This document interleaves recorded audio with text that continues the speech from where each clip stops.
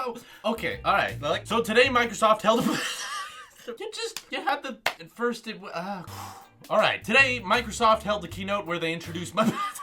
I'm sorry. I'm not laughing at the laptop itself. Like, it's a fine laptop. The specs, the pricing, I know what they were going for. It's all about education. I get it. It's just, it's such a 90-degree change of heart for Microsoft to be like, hey, this is the tablet that can replace your laptop, and then here's the laptop that's also a tablet. You know, we had that for a while with the Surface Pro and the Surface Book, and then we started out 2017 with, man, can't wait for the Surface Book 2 or the Surface Pro 5. It can adopt USB-C, right? I'm excited for those updated specs, and instead we get the Microsoft Surface laptop. That's not a joke. That's literally its name, the laptop. Windows 10 has always been about these detachables. It can be a tablet. You could flip it around, use it as the touchscreen or with the keyboard if you prefer that kind of laptop style. They've been shipping these hybrids for a while now. All of a sudden they're like, you know, some people just want a laptop though. And meanwhile, you know, Apple's in the background going, hey, we've been saying that for years. You don't need a hybrid device. Shut up, Tim Cook. People want displays that can come off laptops. I don't think so. You don't know what you're talking about, Tim.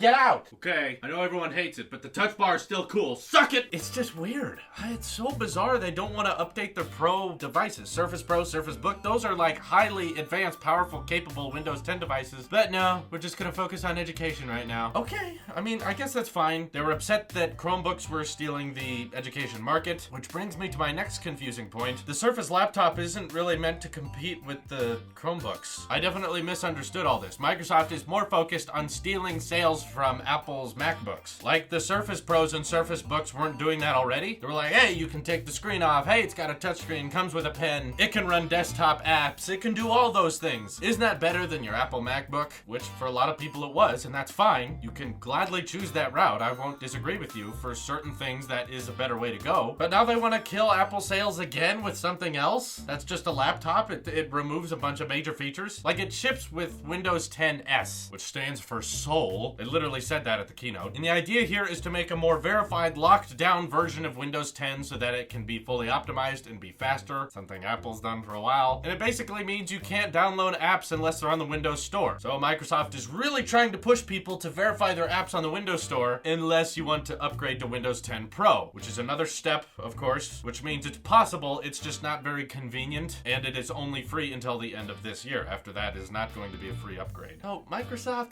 you always make these kinds of decisions that bug me. You were competing with Apple's MacBooks just fine. You had devices that were very different from them. I think everyone just was hoping for you to make those better. And if you wanted to make something that was built for education, a laptop that's just the basics, don't make it $1,000 starting. That's like the low end one. Make something like a Chromebook. This isn't really a Chromebook. This is more of a MacBook Air / 12-inch MacBook competitor. But I thought the Surface Pro and Surface Book already was that. I don't know what you're going for here, but the bottom line is it's frustrating to me that you don't adopt USB-C. There's like several companies now that are acknowledging that that's the last port. We got Samsung doing it, we got Google doing it, we got Apple, of course, pushing it the hardest because Apple is the most forward-thinking. And here we are with the Surface lineup in need of a refresh, and they decide to make a Surface laptop with a USB 3.0 port, only one. So, you know, on the 12-inch MacBook, yeah, they put one port on it. It was annoying that you could only have one port, but you know what? That port did a lot of things. You could have external monitors, you could charge, you could import data really, really fast, support very high resolution displays, and instead on this one they want to have the full-size USB 3.0, a Thunderbolt port, not USB-C kind, the Thunderbolt regular old style fashioned one, and the headphone jack. And then they have the weird Microsoft built charger, which I guess MagSafe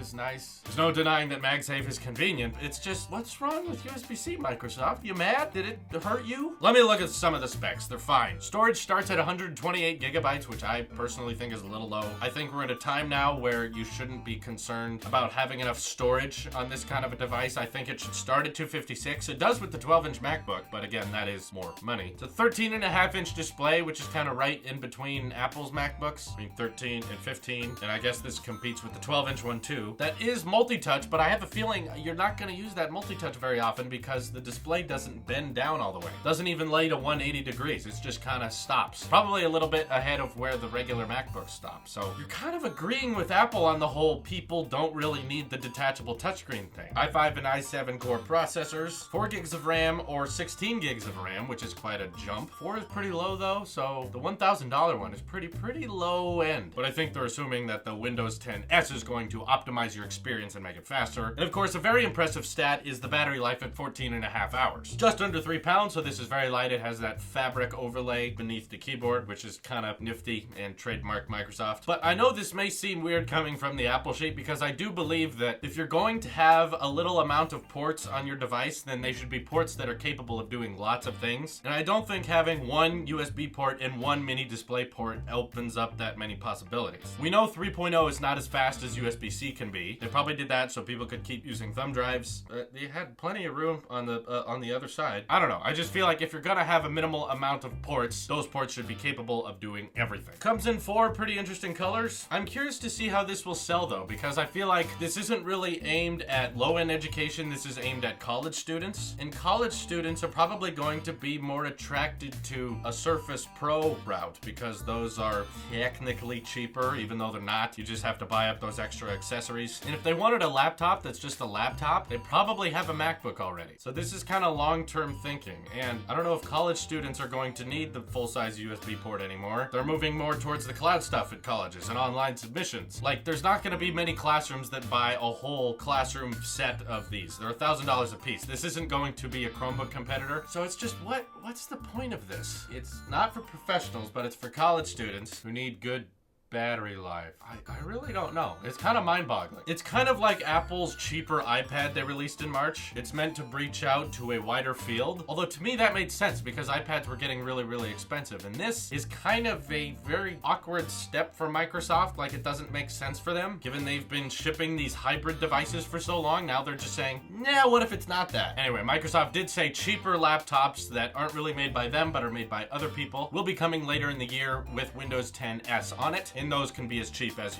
under $200. But the version that is that cheap is gonna look like crap. It's gonna be the Acer 2-inch bezel clam book. It won't be pretty. What are your thoughts on the new Surface laptop? I think it's a little weird and confusing. I'm not interested in buying one or reviewing one. I'm just interested in how it will sell. I'm curious if this will encourage Microsoft to start making just regular full-fledged laptops and not start trying to make everything a jack of all trades and a master of none. Let me know your thoughts in the comments below. This is your Apple Sheep here, and I will see you in the next one.